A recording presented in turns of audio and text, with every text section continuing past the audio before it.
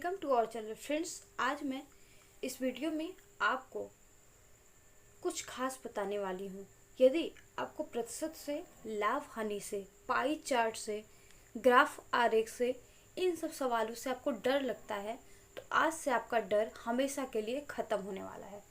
तो चलिए स्टार्ट करते हैं। हमारा क्वेश्चन है पाई चार्ट पे आधारित। तो पहला क्वेश्चन है, देखते हैं। इसमें दिया गया पाई चार्ट किसी विशेष वर्ष के दौरान विभिन्न खेलों पर खर्च हुए अंश में, यानी कि जो भी खर्च हुआ है, ये जो भी खर्च हुआ है वो सभी किसमें है? अंश में है, अंश में दर्शाया गया है। ठीक, पहला क्वेश्चन है, पूछ रहा है कुल खर्च का कितना प्रतिशत टेनिस पर खर्च हुआ है। टेनिस हमारा कहाँ है? यहाँ पे। तो चलिए देखते हैं इसको सॉल्व कैसे करते हैं। पहला क्वेश्चन पूछा है कुल खर्च का कितना प्रतिशत टेनिस पर खर्च हुआ है। तो पहले हम ये जान लेते हैं कि प्रतिशत होता क्या है।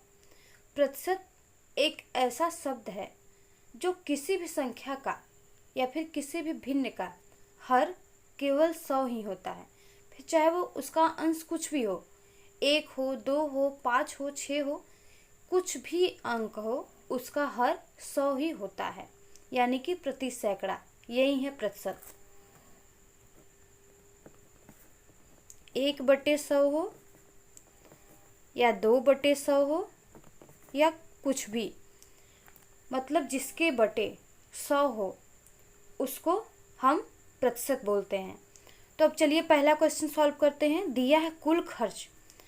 तो जैसा कि हम यहाँ पे देख रहे हैं, ये सभी जो बटा हुआ है, तो ये सभी मिलाकर कितना होंगे? 360 अंश। क्योंकि हम जानते हैं कि सारा खर्च मिला जुला के एक चक्र के ही समान होता है, मतलब एक तय बजट में ही हमें सब कुछ निपटाना होता है। इसीलिए उसको हम, तो अब 360 में ये 45 है टेनिस का खर्च। तो पहले लिखेंगे कुल खर्च 360 अंश और टेनिस पर खर्च 45 अंश हो गया। अब हम इसका प्रतिशत निकालेंगे कैसे? तो हमें इसी में से तो इसका भाग निकालना है कि कितना प्रतिशत इसमें का खर्च हुआ है ये। तो क्या करेंगे, जिससे तुलना किया जाता है उसको हमेशा हम हर के रूप में लिखते हैं, और जिसका हमें निकालना है उसको हमेशा अंश के रूप में लिखते हैं। तो लिखेंगे टेनिस का खर्च प्रतिशत, टेनिस का प्रतिशत खर्च। तो हम टेनिस का खर्च का अंश ऊपर रखेंगे 45, और जिससे तुलना किया जाता है उसको हमेशा नीचे लिखते हैं। तो लिख देंगे 360। पहली वीडियो में मैंने आपको बताया था कि यदि प्रतिशत ज्ञात करना है तो हम हमेशा 100 से गुणा करेंगे और 100 से भाग करेंगे। क्योंकि हमें प्रतिशत ले आना है तो हम इसमें 1/100 का गुणा करेंगे तभी तो होगा। तो भिन्न के किसी भी अंश में जिससे गुणा करते हैं उसी संख्या से हर में भी गुणा करेंगे, और जिस संख्या से हर में गुणा करेंगे उसी संख्या से अंश में भी गुणा करेंगे। तो इसलिए हम हर में 100 का गुणा करेंगे तो अंश में भी हम 100 का गुणा करेंगे। अब ये 45 अंश हो गया बटे 360। अब यहाँ 100 का गुणा। अब जो यहाँ है बटे 100, हर के रूप में जो 100 है उसको हम बाहर निकाल लेंगे। तो हो जाएगा 1/100। अंश में 1 आ जाएगा क्योंकि यहाँ का 100 हमने नहीं निकाला है, और यहाँ का हमने 100 इसे बाहर निकाल लिया है। तो ये 1/100 जो है वही प्रतिशत के रूप में आ जाएगा। अब 1/100 को बाहर हमने निकाल दिया तो वो हो गया प्रतिशत के रूप में। तो हो गया 45 अंश बटे 360 अंश गुणे 100, बाहर ब्रैकेट में प्रतिशत। ये 1/100 प्रतिशत के रूप में बदल गया। अब इसको भाग देंगे 0 से, 0 कट गया। अब हम इसका भाग देंगे 10 में, 2 का 2 पंजे 10, 2 एकम 2, 2 आठे 16। अब 3 से भाग देंगे ऊपर, 3 एकम 3, 3 पाँचे 15 और 3 छक्के 18।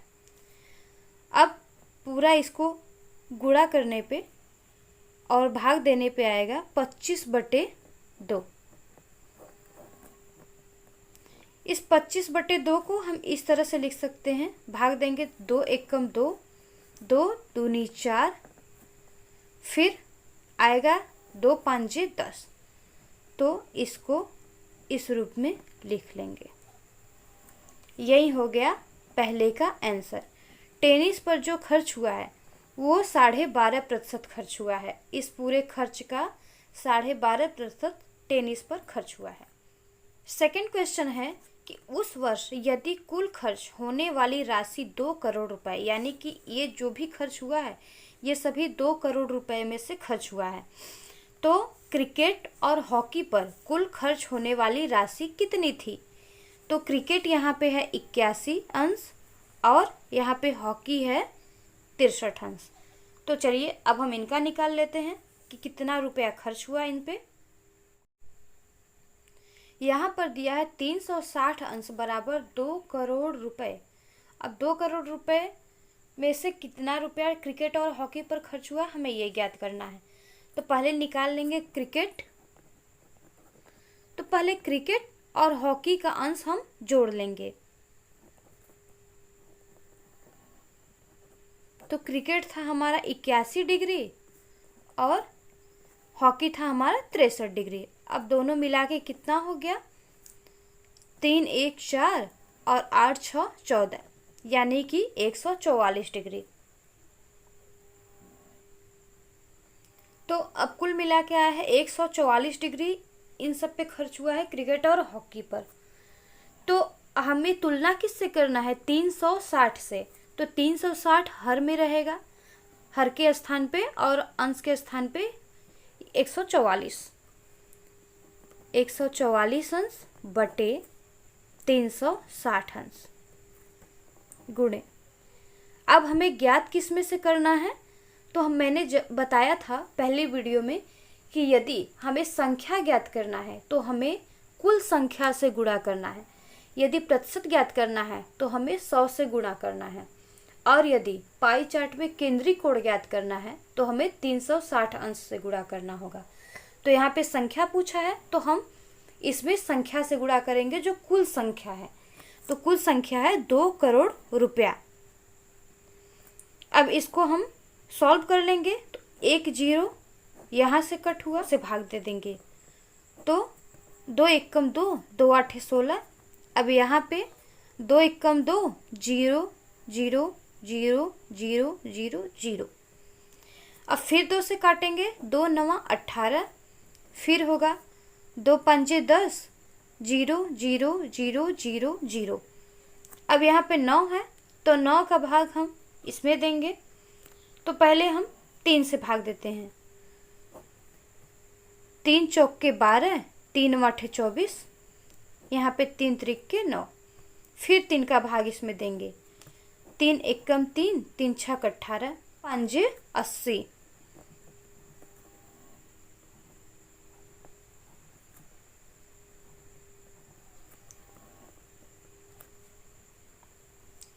तो कुल मिला के क्रिकेट और हॉकी पर कितने रुपए की धनराशि खर्च हुई है? 80 लाख का। तो ये हमारा आंसर ज्ञात हो गया।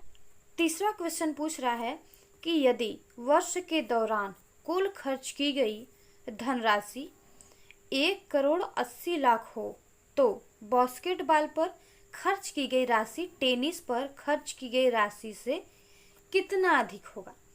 अब उन दो क्वेश्चन में 2 करोड़ से तुलना किया था। अब यहाँ पे कितनी धनराशि बता है? 1 करोड़ 80 लाख। तो चलिए इसको भी हम सॉल्व कर लेते हैं। तो यहाँ पे धनराशि दिया है, कुल खर्च कितना है? 1 करोड़ 80 लाख का। तो 1 करोड़ 80 लाख तो दिया है बास्केटबॉल और टेनिस पर खर्च राशि। तो क्या करेंगे, हम पहले घटा लेंगे। तो बास्केटबॉल में से हम टेनिस को माइनस कर लेंगे, यानी उनके खर्च को हम माइनस कर लेंगे। तो बास्केटबॉल हमारा है 63 डिग्री और टेनिस है हमारा 45 डिग्री। तो यहाँ पे हमारा कितना बचा, 13 में से 5 गया 8, और यहाँ 5 बचा, 5 में से 4 गया 1, यानी कि 18 डिग्री कुल है। तो 18 डिग्री का हम किससे तुलना कराएंगे, 360 अंश से। तो यहाँ पे हो जाएगा 18 अंश बटे 360 अंश। अब हम गुणा किससे करेंगे, चूंकि हमें संख्या ज्ञात करना है खर्च का, तो अब हम खर्च का ही गुणा करेंगे, कुल खर्च का। तो यहाँ पे कुल खर्च है 1,80,00,000। अब यहाँ पे 1 जीरो से 0 कैंसिल हुआ।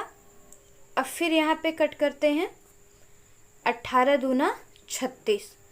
अब 2 से यहाँ 2 9 18, कुल मिला के हमारा आया 9 लाख। तो पूरा खर्च जो हुआ था बास्केटबॉल और टेनिस का अंतर हमारा आया 9 लाख रुपए। ये एक क्वेश्चन हम देख लेते हैं ग्राफ आरेख का कि उसको कैसे सॉल्व किया जाता है। ये है हमारा ग्राफ। तो यहाँ पे सन दिया है 1995, 2000, 2005, 2010 और 2015। इसमें 5-5 साल का अंतर दिखाया गया है। यहाँ क्वेश्चन दिया है कि दिए गए ग्राफ के आधार पर वर्ष 2005 से 2015 तक CO2 सांद्रता में कितने प्रतिशत का परिवर्तन हुआ। तो 2005 यहाँ है और 2015 यहाँ है, यानी कि 15 सालों में कितना अंतर हुआ CO2 के सांद्रता में। CO2 यानी कार्बन डाइऑक्साइड। तो चलिए देखते हैं। तो पहले हम क्या करेंगे कि हम 2015 में वृद्धि हुआ है, तो हम 400 में से 380 को घटा लेंगे। तो यहाँ पे लिख देंगे वर्ष 2005 से, तो यहाँ पे 2005 से 2015 तक CO2 के सांद्रता में कितनी परिवर्तन हुई है, चलिए देखते हैं। तो पहले हम ज़्यादा वाले में से कम को घटाएंगे, तो हो जाएगा 400 माइनस 380। तो हमारा आ गया 400 में से 380 घटाएंगे तो 20 बचेगा। अब प्रतिशत वृद्धि कैसे निकालते हैं, तो तुलना हमें किससे करना है, 380 से। हमेशा तुलना मूल अंक से करते हैं, क्योंकि इसी से तो पूछा है कि इससे कितना वृद्धि इसमें प्रतिशत का हुआ है। तो लिखेंगे वृद्धि बटे मूल, फिर गुणे 100। हालांकि प्रतिशत ज्ञात करना है प्रतिशत में, तो इसलिए 100 का गुणा करेंगे। अब वृद्धि कितने का हुआ है, 20 का, और मूल कितना है 380। तो 380 फिर गुणे 100, ब्रैकेट क्लोज, यहाँ पे प्रतिशत। तो 1 जीरो से 1 जीरो यहाँ कट गया, और यहाँ किससे काटेंगे, 2 से। 2 पंजे 10, 2 1 कम 2, 2 9 18, 5 तिहाई 15, कितना बचा, 4 बचा, 5 8 40। अब 20 में 3.8 का हम भाग देंगे तो हमारा आएगा 5.26%। फ्रेंड्स, अगर आपको मेरी वीडियो अच्छी लगी हो तो प्लीज़ मेरे वीडियो को लाइक करें, मेरे चैनल को सब्सक्राइब करें और ज़्यादा से ज़्यादा लोगों तक शेयर करें।